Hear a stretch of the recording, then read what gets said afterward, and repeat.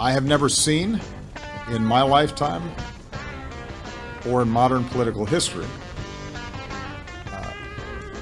any presidential candidate trying to discredit the elections and the election process before votes have even taken place. It's unprecedented. It happens to be based on no facts. And by the way, doesn't really show the kind of leadership and toughness that you'd want out of a president. You start whining before the game's even over. If whenever things are going badly for you and you lose, you start blaming somebody else, then you don't have what it takes to be in this job. And so I'd advise Mr. Trump to stop whining.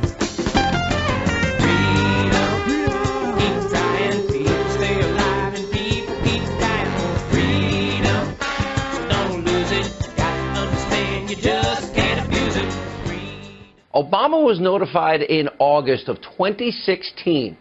He didn't want to rock the boat because he thought Hillary had it in the bag. Now, with this knowledge, what should we take from that? Well, first of all, I think now we do have proof of collusion within the Obama administration. The various departments and agencies involved in intelligence and law enforcement colluded to cover this up and keep it from the American people and obstruct our knowledge during the course of the election. If they really thought that Donald Trump colluded, don't you think they would have put out this information way back in August?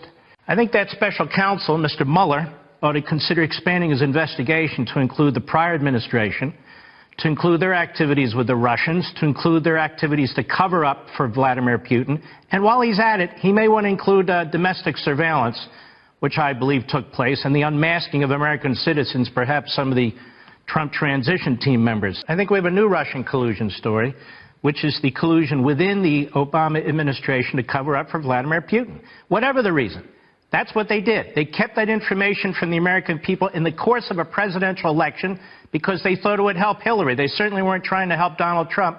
Now, it seems to me we honestly need to get to the bottom of the real collusion. Now we have collusion. The Democrats should be excited.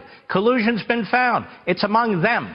And I think we need to get to the bottom of it. We have obstruction, potentially, real potential obstruction, with the former Attorney General of the United States, Loretta Lynch. So by my count, Loretta Lynch, right? By my count, we have potential collusion, right? By my count, the Democrats have a problem on their hands. Hillary Clinton was criminally investigated, too.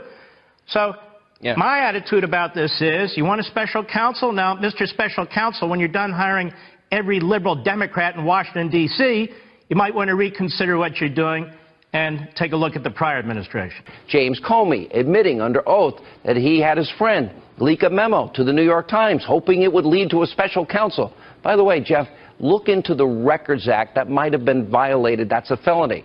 And by the way, also there's former Obama Attorney General Loretta Lynch, possibly obstructing justice. How? Interfering in the Clinton email investigation. Now, senators are starting to look into that. Jeff, I suggest that you and your network may want to do some investigative work here. Now, Comey testified that Lynch told him to call the Clinton email investigation, not an investigation, a matter. And he listened. And don't forget the 40-minute tarmac meeting with Bill Clinton just days before Comey let Hillary Clinton off the hook. And then, of course, next is Hillary Clinton's many, many scandals. Jeff, there's a lot of smoke and fire here. And there's now evidence to suggest that the original server investigation was, in fact, compromised. Plus, there's also the Clinton-Russia collusion story. That's the Uranium One deal. We had 20% of America's uranium, the foundational material for nuclear weapons. She signs off a waiver. It goes to Vladimir Putin and Russia. And meanwhile, people involved in the deal are kicking back millions to the Clinton Foundation. Jeff, that's called pay to play. And by the way, destroying or mishandling classified information, those are both felonies. And by the way, President Obama also has a serious Russia problem. Jeff, you might want to investigate this. Remember, after he learned in August of 2016, Russia was trying to meddle in our presidential election. Why didn't he do anything?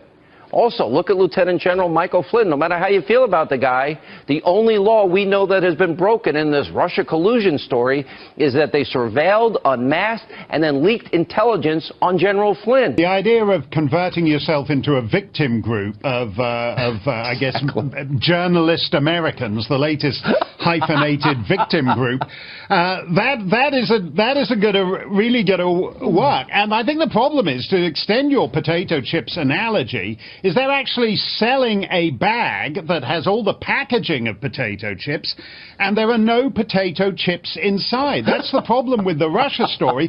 They went bananas over that Malaysian plane that disappeared a couple of years ago, but at least there was a Malaysian plane that was here 1 minute and wasn't there the next. Here, there actually is no Malaysian plane, and they're covering it. I mean, you said Jeff Zucker is telling them to stop covering real news. You're not entirely accurate on that, Tucker. Yesterday, they interviewed Elmo about what he thought of Syrian refugees. And oddly enough, Elmo happens to like them. Boo-hoo-hoo. You white people are angry because you couldn't use your white privilege card to get invited to the Black Lives Matters All-Black Memorial Day celebration. Wow. Let me contextualize that for you. Memorial Day was created by...